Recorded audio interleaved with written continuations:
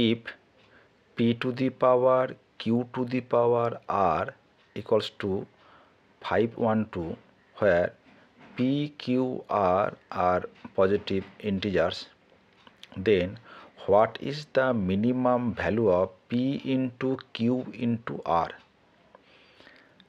আমাদের এখানে দেওয়া রয়েছে যে p two the power q two the power r equals to 512, তাহলে p q r এই গুণফলটার মান বের করতে হবে, তাদের মিনিমাম ভ্যালু। তাহলে প্রথমে আমরা এই 512 ফ্যাক্টরাইজেশন করি। 2 2 দুগুণে 4, 1 5 দুগুণে 10, 6, 2 1 2 দুগুণে 4, 8 দুগুণে 16, 2 6 দুগুণে 12, 4, 2 32, 2 16, 2 8, 2 4, 2 2, তাহলে 1 2 3 4 5 6 7 8 9। তাহলে আমরা লিখতে পারি যে 512 ইকুয়ালস টু 2 টু দি পাওয়ার 9। এবার দেখো 9কে আমরা লিখতে পারি যে 9 ইন্টু 1, 3 ইন্টু 3 মানে হচ্ছে 3 স্কোয়ার, তাই তো? তাহলে আমাকে এটাকে লিখতে হবে যে p to the power q to the power r. তাহলে আমরা লিখতে পারি যে 9 ইন্টু 1 মানে হচ্ছে 9 টু দি পাওয়ার 1, তাহলে 2 two the power 9 two the পাওয়ার 1। তাহলে এখানে দেখো, এখানে পি এর মান যদি 2 হয়, কিউ এর মান 9 হয়, আর এর মান 1 হয়, তাহলে আমরা পি কিউ আর এর মান পাচ্ছি। তখন তাহলে এখানে কি পাচ্ছি যে P equals to 2, Q equals to 9, R equals to 1।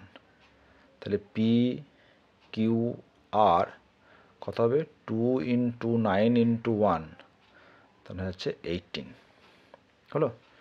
এছাড়াও আমরা লিখতে পারি 2 টু দি পাওয়ার 9, 9 মানে হচ্ছে 3 স্কোয়ার, 3 টু দি পাওয়ার 2।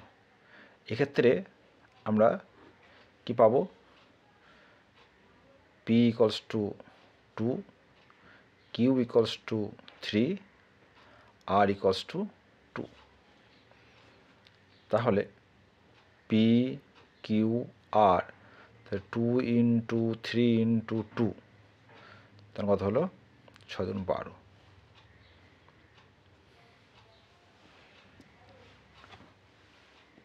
ঠিক আছে? তাহলে 512কে আমি যদি p to the power q to the power r এই ফর্মে লিখি, তাহলে এই যে ভ্যালুটা দেখো 12 এবং 18, তাহলে 12ই হলো আমার মিনিমাম ভ্যালু। এছাড়াও এই যে 512 এ লিখতে পারি 512 two the power 1 two the পাওয়ার 1। সেক্ষেত্রেও পি এর মান হচ্ছে 512, কিউ এর মান 1, আর এর মান 1, তাহলে পি কিউ আর কোথায় যাবে? 512 ইন্টু 1 ইন্টু 1, তখন হয়ে যাবে তখন 512। তাহলে আমরা দেখতে পাচ্ছি যে 2 two the power 3 two the power r এই ফর্মে যদি আমি লিখি, সেক্ষেত্রে পি কিউ আর যে তিনটে ভ্যালু পাচ্ছি, তাদের কিন্তু পি ইন্টু কিউ ইন্টু আর তার ভ্যালু হচ্ছে 12, এবং সেটা হচ্ছে মিনিমাম। তাহলে হেন্স